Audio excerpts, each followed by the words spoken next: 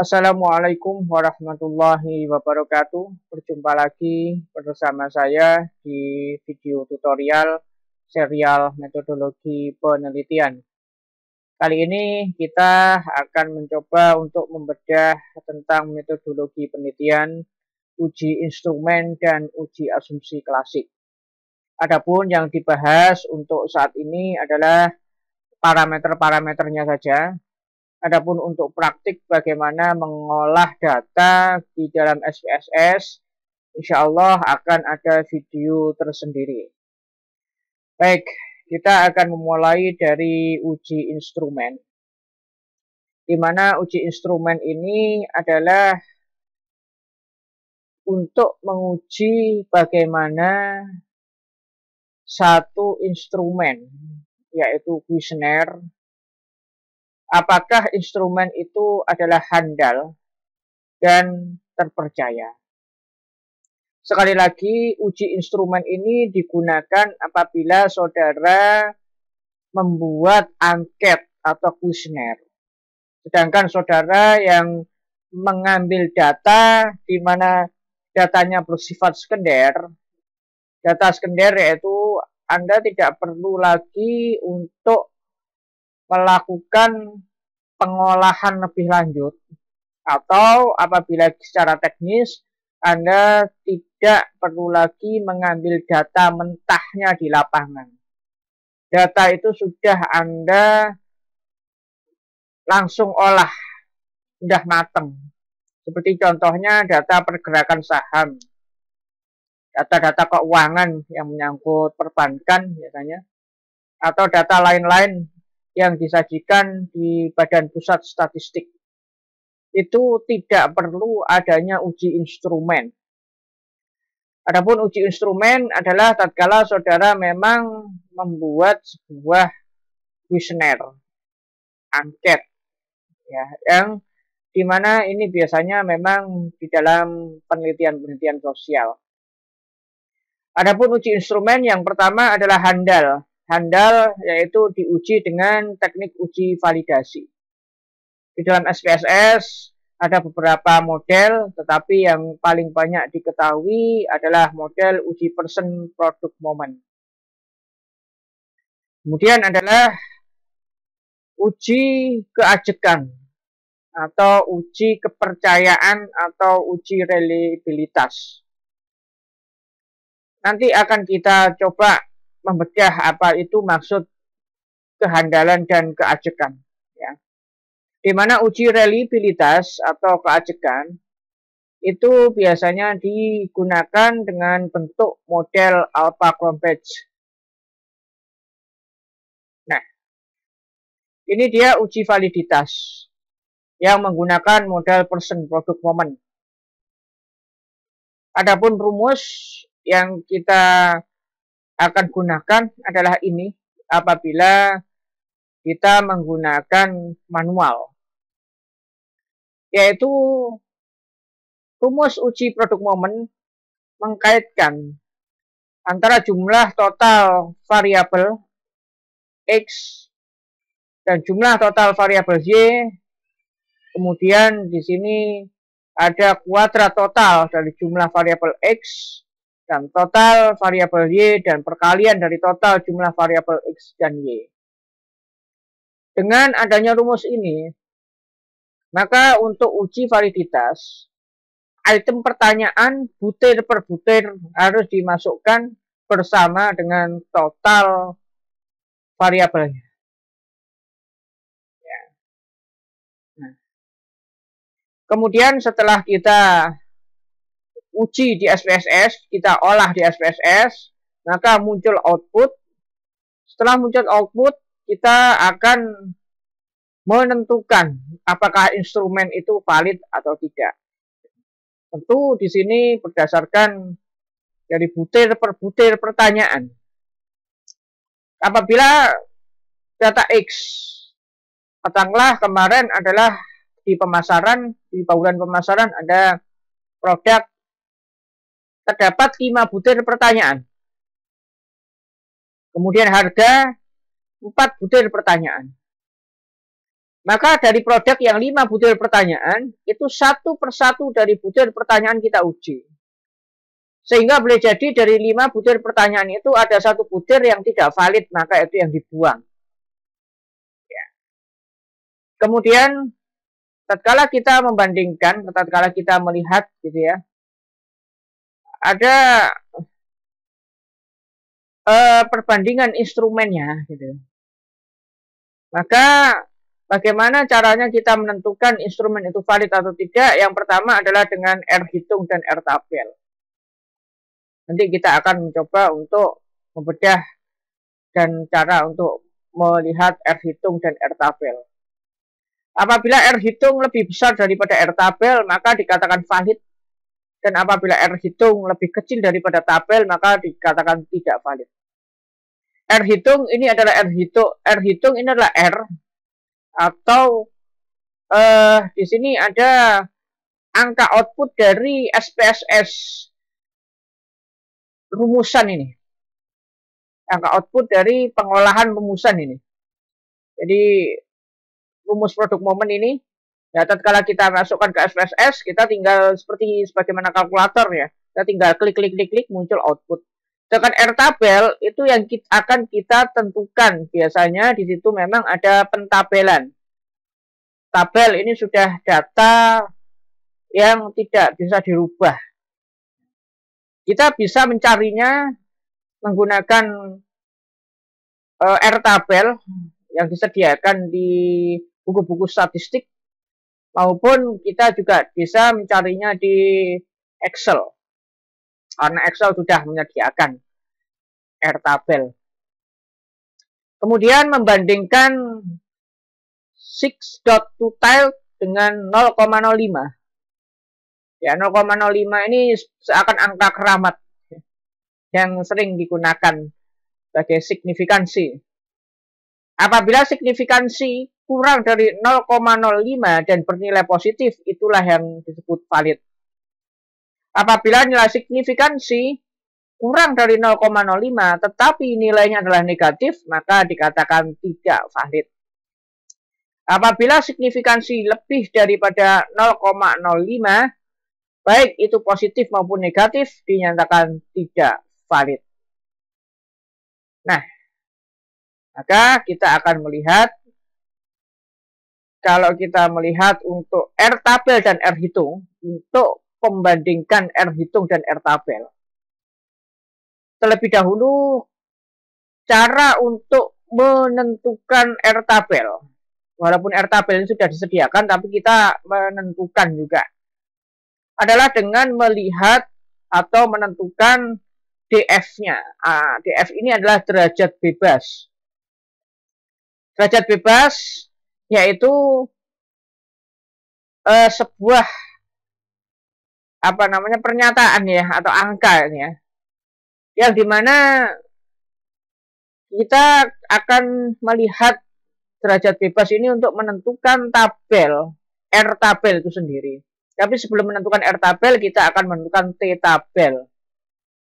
Semisal apabila signifikansinya 0,05 atau 5% dan jumlah variabelnya 3, katakanlah ini variabel X1, X2, X3, yaitu secara keseluruhan variabel. Jadi katakanlah kalau variabel 3 berarti X1, X2, dan Y. Kalau X1, X2, X3 plus Y berarti 4 variabel.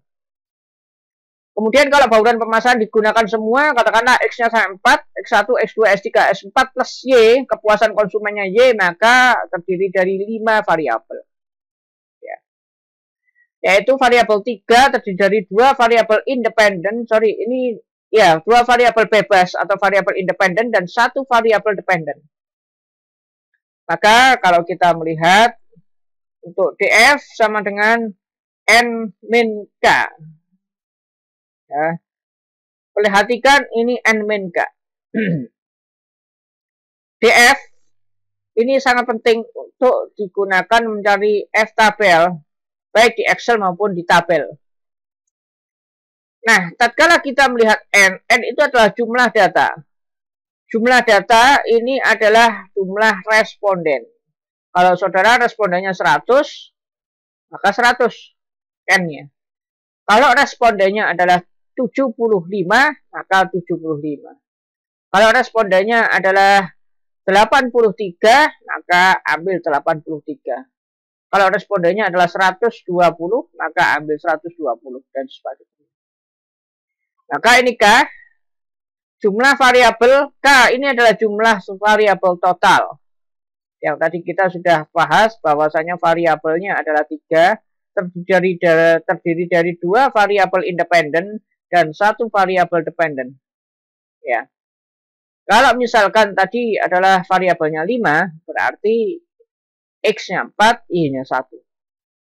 Maka derajat bebas yaitu jumlah responden atau jumlah data dikurangi 3, yaitu jumlah variabelnya. Kemudian di sini adalah kita ketahui ada 97. Ini adalah untuk mencari validitas. Ya. Kemudian kalau kita melihat cara untuk menentukan R tabel di Excel, maka kita terlebih dahulu mencari T tabelnya. Ya. Kita terlebih dahulu mencari T tabelnya. Nah, yang pertama adalah untuk mencari T tabel. Di sini kita sudah ada panduannya. Nanti mungkin akan ada video khusus tentang ini. Ya. Kemudian cara mencari R tabel. Nah, apabila tadi itu T tabel, kita sudah menentukan R tabel. Nah, karena tadi itu 100 ya. 100 dikurangi 3 menjadi 97. Maka tatkala kita melihat di sini ya, kita ada DF-nya 97. Ketemu untuk R tabel adalah jumlah 0,198 kalau kita bulatkan. Tatkala 0,198 kita bandingkan dengan yang ini. Per butir pertanyaan. Item itu adalah butir pertanyaan 1, butir pertanyaan 2, butir pertanyaan 3, dan seterusnya. Kebetulan ini ada butir pertanyaan sampai 7, kemudian ada skor total. Yang kita cek adalah ini, untuk R tabel dan untuk R hitung. Kalau ini adalah R hitung, ya.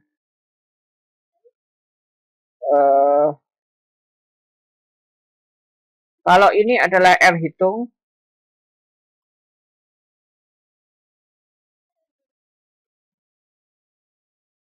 ini adalah R hitung, sedangkan ini adalah R tabel. R hitung kita bandingkan dengan R tabel ini. Nah, kebetulan ini adalah sebagaimana tadi kita ketahui bahwa apabila kita melihat ya untuk signifikan to tilde yaitu harus lebih kecil dari 0,05 bernilai positif. Kalau kita melihat ini ya, maka ini sudah 0. 0 artinya kurang dari 0,05. Bernilai positif, ini bernilai ini 0, 0, 0, 0, 0. Semuanya, nah ini ada yang 0,25. 0,25, mohon maaf. Kalau kita melihat, ini ada 0,25 ya. Ini lebih kecil daripada 0,05. Berarti ini tidak valid. Ya. Ini tidak valid. Ya. Ini lebih besar daripada 0,05. Ini tidak valid. Jadi yang valid adalah ini, dan ini. Jadi yang tidak valid item pertanyaannya dibuang. Ya. Lalu kemudian Apabila kita bandingkan dengan R tabelnya adalah 0,1976 ya. Ini berapa angka? Kalau ini 1 2, kalau kita lihat 1 2 3 angka. Berarti 0,198. Nah, ini harus lebih besar ya. Ini harus lebih besar dari ini. Oke. Nah, ini kalau kita lihat 0,886 lebih besar. Oke. 0,840 lebih besar, ini lebih besar, ini lebih besar, ini lebih besar. Nah, ini ada 0,526, ini lebih besar ya. Oke, 0,4 ini lebih besar. Oke, ini lebih besar. Oke. Nah, bagaimana kalau kita melihat seperti ini? Kalau kita melihat seperti ini, berarti kita melihat, mohon maaf, ini tadi bukan 0,17 ya, 0,017, sorry. Nah, ini R apa namanya? R tabel 0,198 ya. Semuanya valid. Kemudian kalau kita melihat dari totalnya ini 0,00, oke, ini valid ya, ini valid ya, ini yang tadi 0,017 ya. 0,017 berarti kurang dari 0,05, berarti ini valid. Ini 0,025 bukan 0,25 tadi, ini karena kecil ya. Mohon maaf. Jadi ini 0,025 kurang dari 0,05 berarti ini valid. Berarti semuanya valid ya. Ini baru butir X1. Nah, kalau butir X2 bagaimana? Ya, butir X2 dicari lagi. Ya, jadi validitas ini memang agak banyak. Oke? Ya. Kita ke menu. Sekarang uji reliabilitas. Uji reliabilitas ya. Reliable ya. Uji reliabilitas adalah dengan menggunakan rumus ya, Combats alpha. Rumusnya seperti ini secara statistik ya. Dengan rumusan seperti ini maka kita tidak perlu membandingkan antara item-item per butir pertanyaan dengan skor total, tapi tetap kita masukkan item per butir itu. Kita hitung item per butir itu, tetapi di dalam outputnya tidak satu persatu yang muncul, tetapi satu variabel. Kalau X1 variabelnya kita lihat, kalau variabelnya sesuai dengan ketentuan ini ya, maka reliable. Tapi kalau tidak sesuai maka tidak reliable. Kalau tadi kan butir satu persatu pertanyaan, sehingga satu persatu pertanyaan kalau nggak valid bisa kita buang ya. Kalau saudara nanti mungkin di PLS, Smart PLS, kalau menggunakan konstruk ya, di PLS itu ada sudah otomatis p-value-nya. Kalau p-value kurang dari 0,6 maka dia merah, maka ini dibuang saja ya, buang. Oke. Kalau di Smart PLS nanti ada sendiri ya. Di sini kita membahas regresi. Kalau kita melihat untuk di Smart PLS ada yang menyebar begini ya. Nah, ini adalah kalau begini p-value-nya langsung otomatis, nanti kalau merah kita buang. Ya, yang anak panahnya ke luar gitu ya. Kemudian ada juga yang anak panahnya ke dalam. Nah, kalau ke dalam ini kita tidak perlu melihat p-value validitas secara detail. Kita hanya melihat konstruk antar variabelnya. Konstruk internalnya kita tidak melihat. Oke, itu nanti kita pembahasannya berbeda lagi. Nah, kali ini karena untuk regresi adalah X-nya boleh lebih dari 1, tapi Y-nya 1. Dan ini linear. Ya, linear. Oke. Kalau untuk reliabilitas, kita melihat bahwa menurut Joko Widianto, ini Cambridge Alpha pun bisa dibandingkan dengan R-tabel. Kalau Cambridge Alpha lebih besar daripada R-tabel, maka dia reliable. Kalau lebih kecil, maka tidak reliable. Ya. Tetapi yang biasanya digunakan adalah Hare et al. Tahun 2010 maupun yang terbaru, yaitu batas minimum adalah 0,6 biasanya. Kalau Hare et al. Batas minimum adalah 0,70 itu reliable. Tetapi kalau yang kita lakukan biasanya teman-teman yang mengerjakan skripsi itu adalah lebih dari 0,6 atau 0,6 atau sama dengan 0,6 itu sudah dikatakan handal. Tapi sebetulnya ada tingkat-tingkatannya. Mulai dari 0 sampai 0,20 ini kurang handal, ini agak handal, ini cukup handal, ini handal, dan ini sangat handal. Ini berdasarkan skala Likert aja, ya. Tapi biasanya adalah patokannya adalah 0,6. Nah, maka dari itu apabila kita mengolah data tadi, data validitas tadi, kepada data reliabilitas, maka kita cek N20 ini adalah jumlah responden. Ya, kalau jumlah responden 100, ya N sama dengan 100, maka yang keluar 100%. Dia cek. Tapi boleh jadi ini tidak 100%, maka ada beberapa hal yang error mungkin. Nah, tapi biasanya ini adalah menunjukkan sudah dihitung semua oleh SPSS-nya. Nah, ini kemudian muncul output hasil perhitungan alpha Cronpachs ya. 0,850 berarti lebih besar daripada ini 0,6. Sedangkan tadi adalah R-tabelnya adalah 0,1 berapa tadi? Kalau kita melihat R-tabel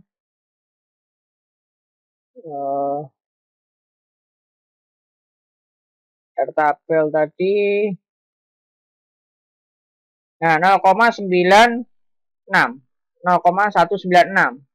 ya, kalau lihat 0,196 ya, maka ini jelas 0,850 lebih besar dari 0,196, berarti dikatakan adalah reliable atau handal ya. Oke, kita kembali ke menu. Nah, apabila tatkala kita sudah selesai menguji instrumen, maka kita akan menguji asumsi klasik. Karena di dalam regresi itu memuat beberapa asumsi. Ya, asumsi yang mana apabila tidak dipenuhi, maka regresi itu dikatakan gagal atau tidak memuat unsur regresi. Nah, lalu apabila tidak memuat unsur regresi, bagaimana? Maka kita gunakan dengan rumusan-rumusan non-parametrik, bukan rumusan parametrik. Seperti normalitas, kaidah normalitas, tatkala tidak normal, maka menggunakan non-parametrik. Ya, baik, kalau menggunakan rumusan non-parametrik, di SPSS juga menyediakan, dan saudara coba cek apa saja rumusan-rumusan yang mengcover non-parametrik. Kalau ini kita menggunakan statistik parametrik. Uji asumsi klasik yaitu sebuah persyaratan yang harus dipenuhi pada model regresi yang berbasis ordinary least square (OLS), bukan PLS. Ya, partial least square beda. Maka dari itu kita masuk ordinary least square. Yang dimaksud dengan OLS adalah model regresi sederhana dan berganda. Ya. Maka tadi kita sudah ketahui kalau regresi itu X-nya boleh lebih dari 1, kalau Y-nya 1. Kalau Y-nya lebih dari 1, maka itu sudah menggunakan model yang lain. Seperti SEM atau PLS, partial least square. Nah, di dalam uji asumsi klasik ada 4 secara lengkap ya. Adapun ada yang boleh tidak digunakan. Sebenarnya ada 5, tetapi linearitas dan normalitas itu sudah melekat. Ya. Baik, kalau kita lengkapi adalah 5. Yang pertama adalah linearitas. Karena ini adalah bersifat linear, maka harus linear. Yang kedua adalah normalitas, kaidah normalitas. Yang ketiga adalah multikolinearitas. Multikolinearitas ini hanya khusus untuk regresi berganda saja. Karena di sini diasumsikan tidak boleh adanya keterkaitan antara X1 dan X2. Harus betul-betul bebas. Apabila terjadi multikol, berarti ada keterkaitan antara X1 dan X2. Ya, dan itu dinyatakan tidak bebas. Kemudian ada heterokedastisitas. Heterokedastisitas ini adalah wajib ya untuk dilakukan uji asumsi klasik sebagaimana linearitas dan normalitas. Yang terakhir adalah autokorelasi. Autokorelasi hanya khusus time series. Penelitian yang bersifat time series artinya adalah waktu atau unsur waktu adalah menentukan. Jadi ada ketergantungan dengan waktu, keterangan waktu. Contoh adalah pergerakan saham. Ya. Data-data keuangan selama 3 semester terhadap pergerakan saham selama 3 semester atau selama 1 tahun. Itu berarti tergantung dengan waktu, maka di sini harus menggunakan uji autokorelasi. Kita mulai dari linearitas dan normalitas. Uji asumsi linearitas dan normalitas. Untuk linearitas yaitu bertujuan untuk mengetahui apakah dua variabel itu adalah X dan Y maksudnya, memiliki hubungan yang linear atau tidak secara signifikan. Artinya apakah dia memang membentuk linear garis lurus ataukah mungkin ada melengkungnya ya. Sehingga tatkala ada lengkungan dan linearitasnya itu tidak signifikan, maka dikatakan bukan buah model linearitas. Maka uji yang digunakan di dalam SPSS adalah uji test of linearity. Nah, ini adalah beberapa langkah untuk menguji. Dan saudara nanti bisa praktek ya. Nah, ini ada langkah-langkahnya. Ketemu outputnya. Output ditandai dari ANOVA table. Ya, tatkala ANOVA table ini melihat yang kita sorot adalah deviation from linearity. Di sini kita akan ada DF ya. Oh, ini 8, ini 10. Ya. Tatkala kita nanti melihat DF-nya. Maka dari itu DF itu sangat penting ya. Kita cek aja di sini. Ya. Kita cek. Dengan melihat signifikansi, sig-nya kita cek. Ya. Bila deviation from linearity-nya adalah lebih besar dari 0,05, ya, maka terdapat hubungan linear. Apabila deviation from linearity-nya kurang dari 0,5, tidak terdapat hubungan linear. Berarti harus lebih dari 0,05. Ya. Maka kalau 0,829 ini adalah lebih dari 0,05, maka disebut linear. Apakah ini kita juga bisa membandingkan dengan F-tabel? Boleh. Maka dari itu ini ada di F8, 10. Ini adalah untuk menentukan tabelnya.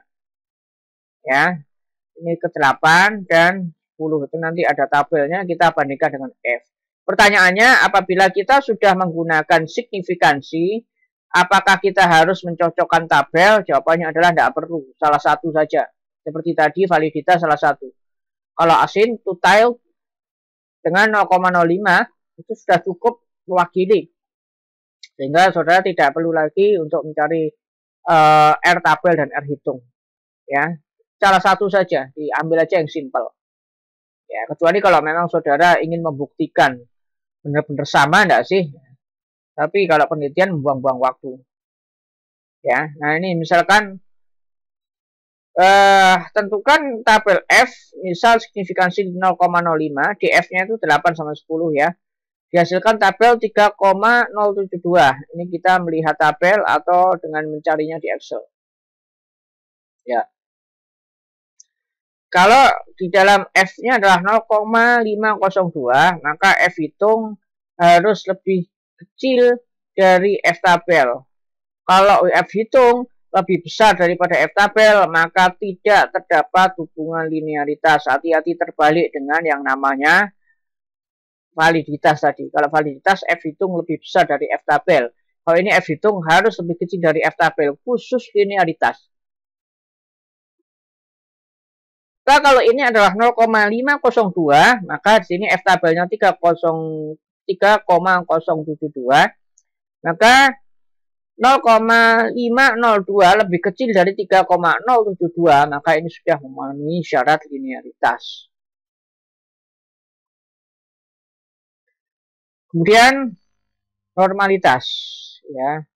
Normalitas adalah uji yang digunakan untuk mengetahui apakah sebaran data, ya, apakah sebaran data terdistribusi normal atau tidak.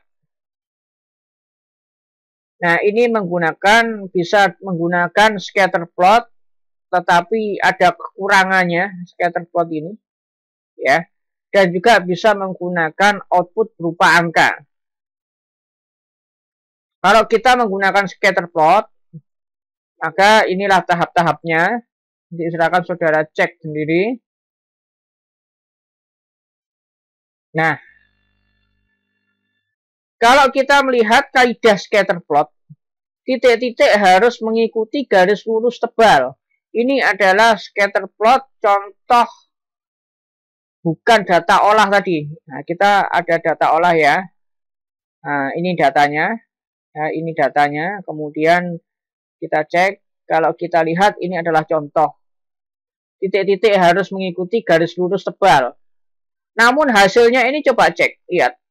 Ya, kalau ini kan lurus ya. Ini sudah jelas tidak ada perdebatan bahwasanya ini memang normal. Tetapi coba lihat ini ya. Tatkala data tadi kita mohon maaf, data tadi kita tampilkan di dalam grafik scatter plot, maka hasilnya ada yang meragukan, karena ternyata dia ada yang lurus ya, lurus seperti ini dan dia menjauh dari garis normal. Kekurangan daripada scatter plot adalah kita berdebat dengan dosen pengujinya atau mungkin orang yang membacanya. Nah, ini apa ini? Saudara tidak akan bisa menimbang atau membuktikan secara jelas ya gambar ini apa, karena persepsi orang beda-beda. Kecuali kalau ini mungkin tidak ada persepsi. Ya, tapi kalau ini ada banyak persepsi, maka lebih aman kita gunakan normalitas dengan rumusan Kolmogorov dan Smirnov. Ya, mungkin ini orang Rusia ya, namanya seperti orang Rusia. Kolmogorov dan Smirnov atau biasa disebut K Smirnov atau hanya KS. Tatkala kita melihat untuk menguji Kolmogorov dan Smirnov, kita cek ini tata caranya. Ya, Nah, ini ada dua langkah ya. Tatkala kita melihat grafik scatter plot hanya satu kali, tapi kalau ini dua kali, ada X-nya, ada Y-nya, kita harus mencari res 1-nya ya. Nah, dari res 1 ini kemudian kita olah ya.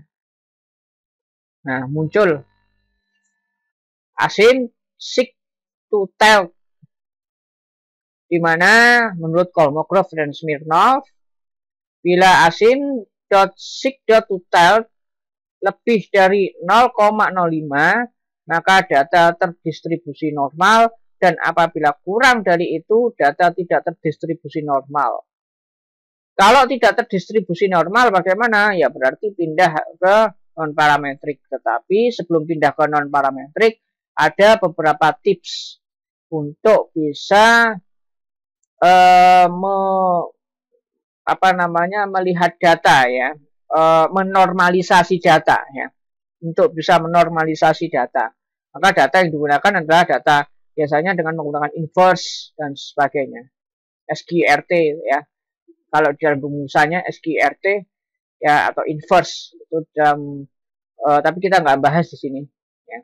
Apabila sudah dilakukan tips dan trik, bukan datanya yang diubah, bukan, tetapi kita mencoba menggunakan inverse adalah melakukan pendekatan. Contohnya begini, kalau kita menggunakan rumus PBV, DER, PER, dan harga saham, maka itu tentu ada perbedaan angka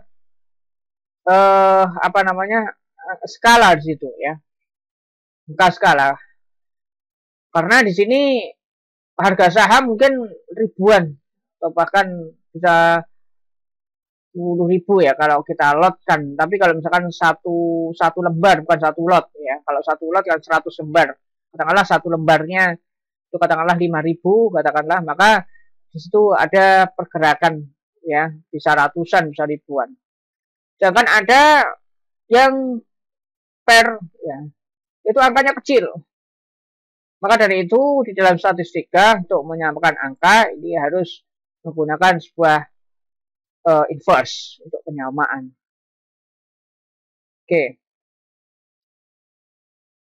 Kemudian kita masuk ke menu. Kita masuk ke multikolinearitas. Apa sih multikol itu? Yaitu kaidah regresi berganda bahwa variabel X itu harusnya betul-betul bebas. Tidak boleh ada keterkaitan antara X yang satu dengan X yang lainnya. Jadi X1 tidak boleh ada keterkaitan dengan X2. Tatkala ada keterkaitan dengan itu, maka disebut multikolinearitas. Nah, maka dari itu, tatkala multikolinearitas itu digunakan hanya untuk regresi berganda atau multiple regression. Sedangkan untuk regresi tunggal atau simple regression tidak perlu menggunakan multikolinearitas. Multikol itu kita bisa melihat angka tolerance dan VIF. Boleh digunakan salah satunya. Oke, ini adalah langkah-langkahnya.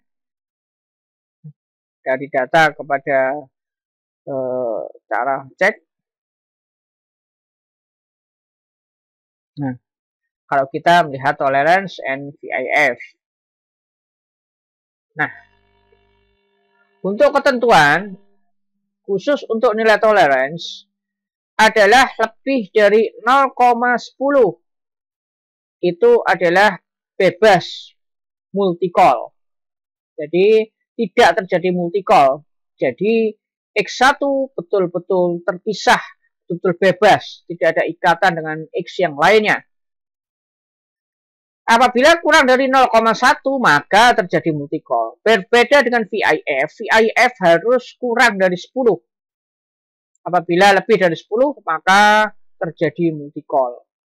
Dan apabila kita melihat di sini ya, per variabelnya, kita cek untuk per variabel. Di sini ada per variabelnya adalah variabel motivasi dan optimisme. Variabel motivasi nilai toleransinya adalah 0,394 adalah lebih besar dari 0,1 ya.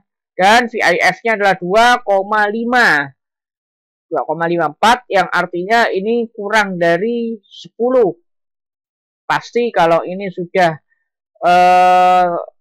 bebas multicall, toleransinya VIF-nya pasti mengikuti.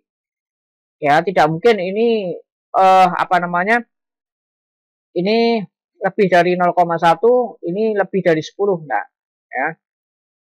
Lalu kemudian ini juga sama, ya, hasilnya sama, berarti ini betul-betul bisa dikatakan sebuah variabel bebas sejati. Oke, kemudian kita masuk kepada heterokedastisitas. Heterokedastisitas yaitu untuk menguji varian, ya. Apakah nilai residual dari suatu pengamatan ke pengamatan lainnya harus tetap, ya. Bahwa varian itu yaitu nilai residual dari satu pengamatan ke pengamatan lainnya harus tetap, ya, harus homokedastisitas.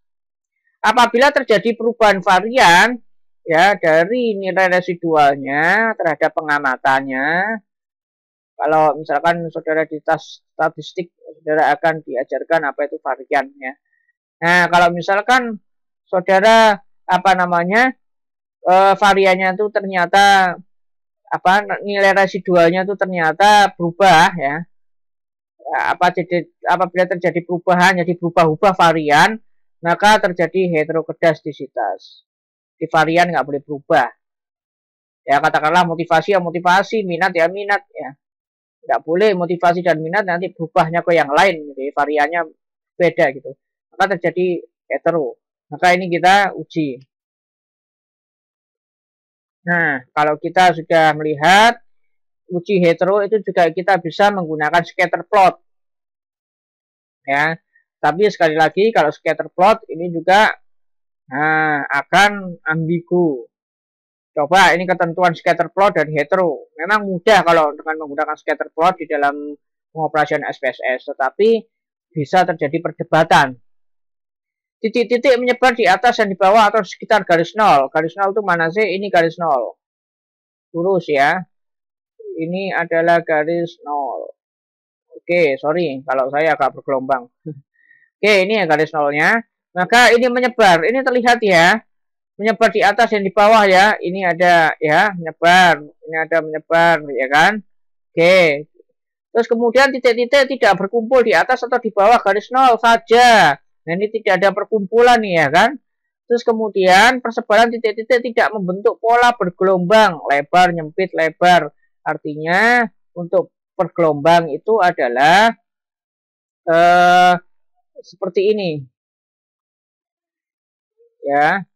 Nah, ini juga menyempit, melebar lagi, menyempit, melebar lagi, ya. Ini di dalam garis, tidak seperti itu. Ya. Lalu kemudian persebaran titik-titik tidak berpola. Pola itu bisa membentuk pola seperti ini. Nah, ini pola. Nah, ini ada pola. Tapi kalau kita lihat seakan ini sudah memenuhi kaidah. Oh ya, sudah memenuhi kaidah, nggak ada heterokedastisitasnya gitu kan. Nah, seakan seperti itu.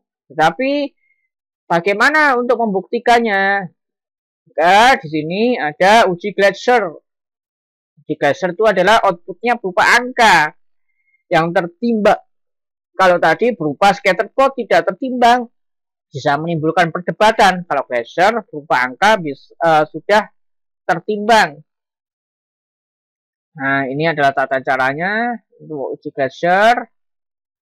Nah, kembali kita melihat untuk res 1, ya, untuk menentukan angka ini. Oke, kemudian kita cek kembali. Nah, di sini ada rumusan, ya, ada rumusan APS res 1. Nah, ini ada rumus yang harus kita masukkan di SPSS. Kemudian agak panjang kalau hetero. Nah, kita cek. Nah, ini dia. Kalau signifikansinya lebih dari 0,05 aman, tidak terjadi heterokedastisitas. Tapi kalau signifikansinya adalah kurang dari 0,05, maka ini adalah terjadi heterokedastisitas. Atau kita bandingkan dengan T-tabel ya boleh, tapi biasanya kita gunakan adalah signifikansi. Ya. Untuk motivasi ini signifikansinya adalah 0,04. Lebih atau kurang? Kurang ya. Ini 0,05, ini adalah 0,004. Sorry, bukan 0,04 tapi 0,004. Ya. Nah, sedangkan ini adalah 0,05. Ya. Ini adalah 0,004, maka di sini tidak signifikan, artinya terjadi heterokedastisitas. Ya. Dan ini adalah 0,007, kurang dari 0,005, ini terjadi heterokedastisitas. Ternyata uji scatterplot tadi setelah dibuktikan dengan uji Glasser, ternyata ini memang terjadi hetero. Ya. Maka bagaimana kalau terjadi hetero? Coba sudah cek di artikel-artikel. Saudara jangan terlalu banyak variabel bebasnya, indikator dari variabel bebas, ya jangan terlalu banyak. Atau kalau juga saudara untuk variabel bebasnya juga jangan terlalu banyak. Ambil aja ya 3 atau 4 variabel bebas. Lalu kemudian juga untuk responden bisa diperbanyak, perbanyak lagi responden, ya. Oke. Kemudian adalah autokorelasi. Autokorelasi ini adalah khusus untuk yang terkait dengan timing, ya, time series, ya. Kemudian ini adalah dibandingkan antara waktu sekarang dengan waktu sebelumnya T-1, ya. Ini ada perbandingan antara waktu sekarang, ya, waktu sekarang ini dengan waktu sebelumnya atau T-1. Sehingga apabila ada gangguan, berarti data tidak memenuhi syarat regresi linear. Jadi, waktu sekarang T itu tidak boleh ada keterkaitan dengan waktu sebelumnya, nggak boleh ada.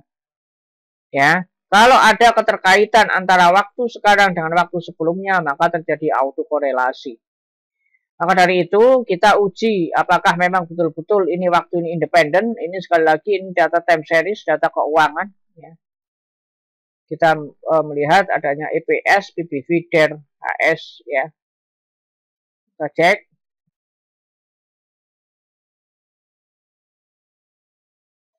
Dengan menggunakan Durbin-Watson. Ya. Nah, Durbin-Watson ini adalah seperti ini. Tatkala kita harus melihat angka DL dan D dan juga 4 min DL. Jika Durbin-Watson, angka Durbin-Watson itu lebih kecil dari DL, atau Durbin-Watson ini lebih besar dari 4 DL, berarti dia terdapat autokorelasi. Ya, berarti angka Durbin-Watson itu ini, Durbin-Watson-nya ini untuk kita maka harus cari adalah DL dan 4DL. Dan juga ingat ada DU di sini. Jika Durbin-Watson ini ya terletak di antara DU dan 4 min DU, ada 4 min DU juga, maka tidak ada autokorelasi. Maka mana yang kita cek, apakah DL atau DU, ya. Maka kita cek bisa DL, bisa, dan kita harus melihat DL dan 4 min DL ini boleh. Kalau kita melihat DU dan 4 min DU ini boleh, salah satu aja.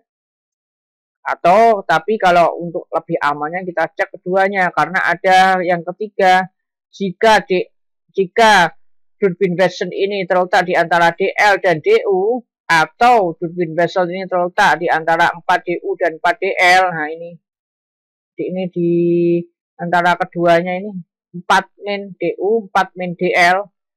Ya, ini Durbin Watson terletak di tengahnya dan ini terletak di tengahnya DL dan DU, maka tidak bisa dipastikan apakah data itu terautokorelasi atau tidak.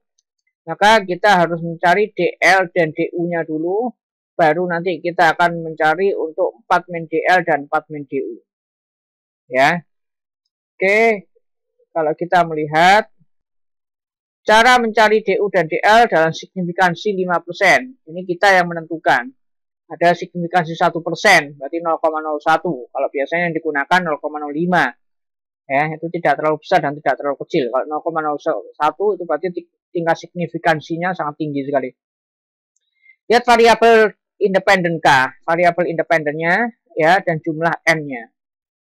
Kalau variabel independen, ingat kalau tadi DF adalah jumlah keseluruhan variabel, yaitu variabel independen plus variabel dependen. Berarti kalau X-nya 3, Y-nya 1 berarti 4. Tapi kalau ini kita melihat hanya variabel independen. Variabel independen itu X. Nah, kalau kita lihat X, N. Maka dalam kasus data di atas, X-nya adalah 3, maka K sama dengan 3. Ya, N-nya 75, maka 3,75. Lalu kemudian kita cek di tabel distribusi Durbin Watson. Ya. Kita cek di tabel Durbin Watson. Kita sudah ketahui N dan K-nya. Kita cek. Ini dia tabel Durbin Watson. Ya, silakan nanti ada diunduh tabel Durbin Watson-nya. Kalau DL-nya adalah kita ketahui DL ini 1,57091 atau kita bulatkan adalah 1,571. DU-nya adalah 1,68020, kita bulatkan menjadi 1,680. Kemudian 4 min DL yaitu 4 dikurangi 1,571 hasilnya adalah 2,429 dan 4 min DU 1,680, 4 kurangi 1,680 hasilnya 2,320. Kita melihat bahwa hasilnya 2,132, maka hasilnya adalah D. Ya. D ini adalah terletak di antara lebih besar daripada DU, ya, lebih besar daripada 1,680 dan lebih besar D ini lebih besar dari 1,680 dan lebih besar daripada 2,320. Ini bukan lebih besar tetapi lebih kecil, ya. Kalau kita lihat untuk 4 min DU, ya, kita cek di sini, ini tidak terdapat autokorelasi, berarti jika DU ya lebih besar dari 4 min DU, D lebih besar dari DU dan D lebih besar dari 4 min DU. Kalau kita lihat adalah lebih kecil dari 2, ya, ini terletak di antara, ya. Ya, ini kan 1,680, oke lah. Ini lebih besar, ya. Kalau ini adalah kita cek 2,320 besar min DU. Ini harusnya adalah lebih kecil dari min DU. Nah, oke, demikian, saudara, kalau kita melihat bagaimana untuk uji asumsi klasik. Apabila kita sudah selesai menguji asumsi klasik, kita sudah melengkapi semuanya untuk uji asumsi klasik dan ternyata uji asumsi klasiknya udah memenuhi persyaratan, maka barulah kita bisa menguji untuk rumus regresi linear, ya. Kita menentukan regresi linearnya. Insya Allah untuk video mendatang kita akan menentukan regresi linear dan juga uji hipotesis. Demikian, kurang lebihnya mohon maaf. Assalamualaikum warahmatullahi wabarakatuh.